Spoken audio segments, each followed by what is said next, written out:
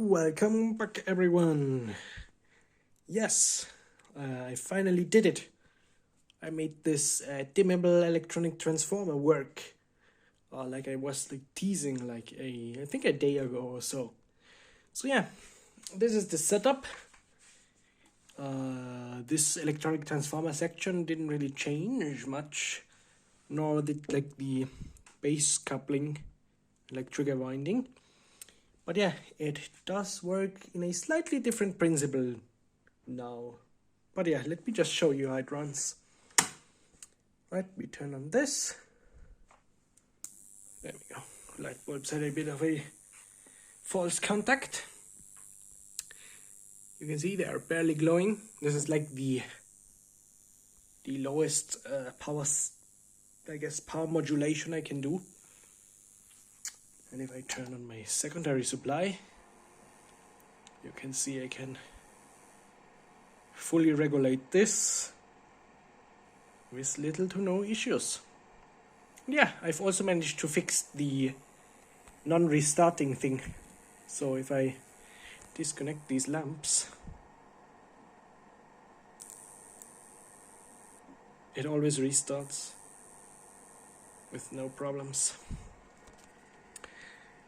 Oh, this is difficult to do with one hand. Come on. Please. There we go. There we go. Light bulbs are back on.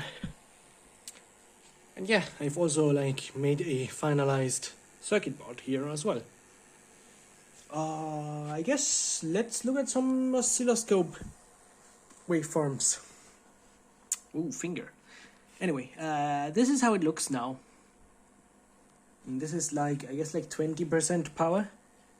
This is the lowest it goes. I mean, not really, it can go lower. I have these trimmers to adjust the operating point. It can go even lower. If I adjust this, you can see it can go even narrower. But that's, I think, not really healthy for the transistors. So I set it about half. This is the full lowest, the least, so right about in the middle. It's a good spot. I can also adjust the full end stop. You can see I can adjust to go, it can go further or not.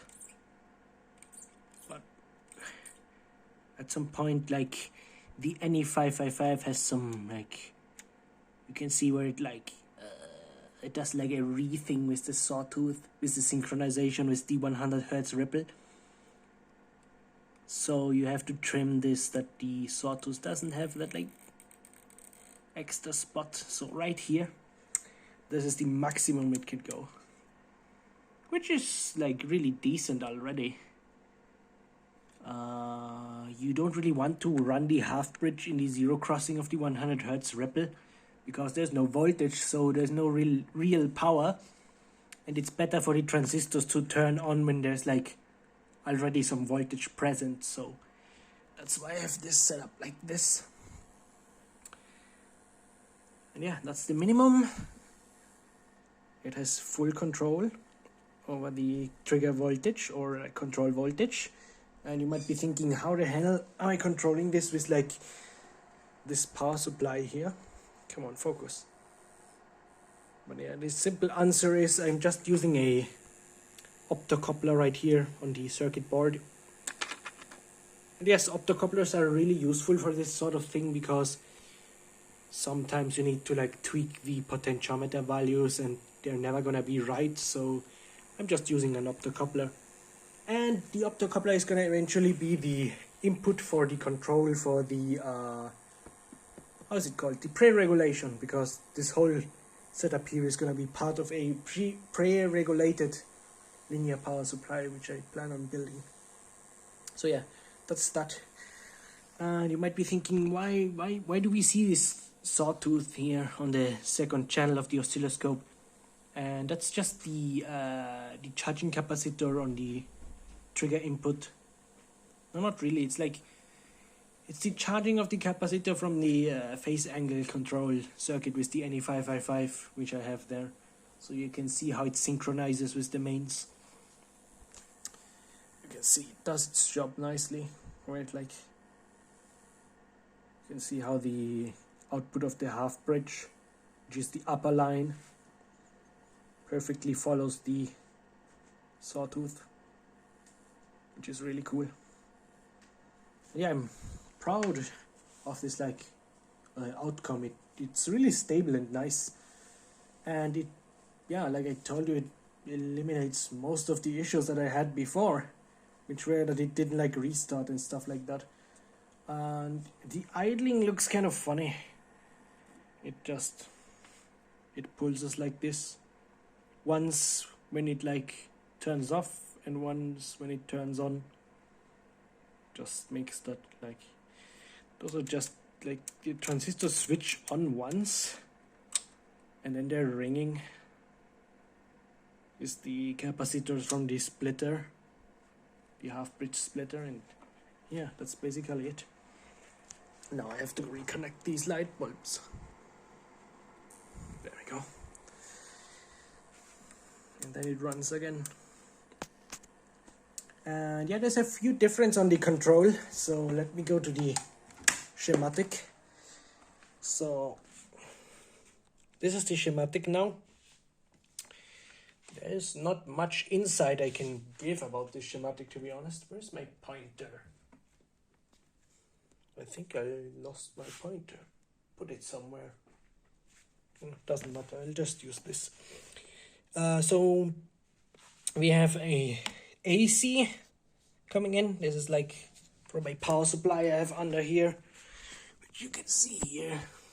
Very dark, very scary. But yeah, we have about 14 volts AC coming into the board. We have some like anti-ripple, like hum capacitors on the tiny bridge rectifier. We have this diode, which isolates the smooth voltage from the 100 Hertz ripple, so we can take a synchronization signal, which goes into the trigger input of the NE555. This is what resets the charging of this capacitor, which makes the sawtooth. And capacitor charges over this resistor network, goes up and then it gets discharged when this like gets the impulse from mains. And then with like the timing changes, it changes the time base synchronized with mains, which does the basically the 100 Hertz phase angle control on the ripple. It chooses when it turns off and on. And yes, on the previous control method, I had like this smoothing, and this would like self-oscillate. It's like a single impulse.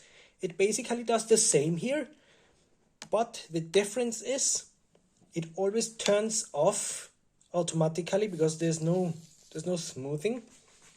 So when the voltage reaches a certain threshold, the transistors have no more voltage to work with and they just stop, and then they get re-triggered.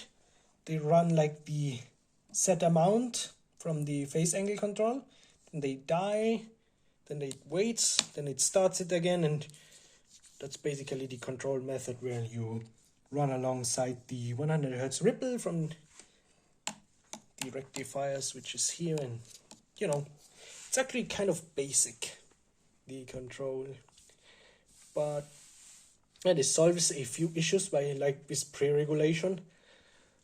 I'm too lazy to like develop a full switching power supply. I don't think I have like the, you need to calculate transformers and all of that. This is much more fun, and the linear section of this like power supply is going to be equally crazy. I'm planning on designing it with like a ton of paralleled 7805s because those are like, they are overfilling my component boxes. I have so many of them. I have like 30. Like, I need to put them into something, else they're a scourge, they encroach, they're everywhere, there's too many. Anyway, it's also useful to make it with those because if I break them, I can just replace them super easily. I find 7805s all the time. So that's kind of the idea But yeah, I'm gonna develop that and do that and probably make a video about that in the future. Anyway, so the control voltage comes in here through this optocoupler, and what this optocoupler basically does is just behave like a potentiometer, basically. Like, it's like the easiest, like most basic thing, voltage to variable resistor converter you can like make. Like this, you can see here the resistors. This is like the end stop, and this is the beginning stop adjustment, which I showed you on the oscilloscope. 100K and 47K trimmers. And yeah, this is just the triggering circuit, and that's about it. We have the voltage regulator. You could say that the whole like regulated voltage here is overkill, but I want this to be somewhat stable because it's going to be the backbone, obviously, of the linear power supply. It's the whole pre-regulation. And I guess that's about it. It's like a dimmer, but instead of like controlling a triac or a thyristor, it controls the base winding here. And it kind of behaves really similarly if you think about it. I can turn this on again. Like, the upper waveform could be like half rectified mains if you ignore the internal high frequency part. Like, you can see there's like switching in here from the half bridge, which I showed you in the other video. But yeah, there it is. That's how it looks, and that's how it works. Can I like make this full picture so you can see the light bulbs move and like illuminate? Yeah, there you go. Low duty cycle, full duty cycle, middle duty cycle. Exciting. Yeah, enough fooling around. I can show you like the circuit board here, the finished one. You have the smoothing capacitors, the voltage regulator, the small loading resistor for the ripple.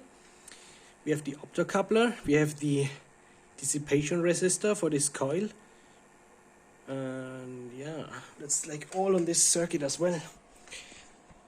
You can see the smoothing capacitors, the voltage regulator, the dissipation resistor, the loading resistor for the ripple, the trimmers, the optocoupler, the NA555. And yeah, it's all the same, it's all on here. So yeah, I guess that's gonna be it. I will see you when I probably develop the linear section with the 7805s. I'm planning to do it with a TL431 as the regulator for all the adjust pins, you could say, like as a variable Zener diode. You can probably ask, well, how the heck are you gonna do that, like regulate from zero?